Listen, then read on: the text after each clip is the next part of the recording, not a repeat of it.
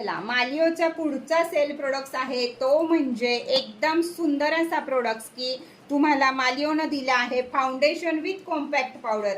ह्याच्या मालियोच्या डब्यांच्याच प्रेमात पडतील बायका, एवढ्या सुंदर डबेच ते तयार करतात. मालियोची ओरिजिनल किंमत आहे ह्याची 399 रुपये.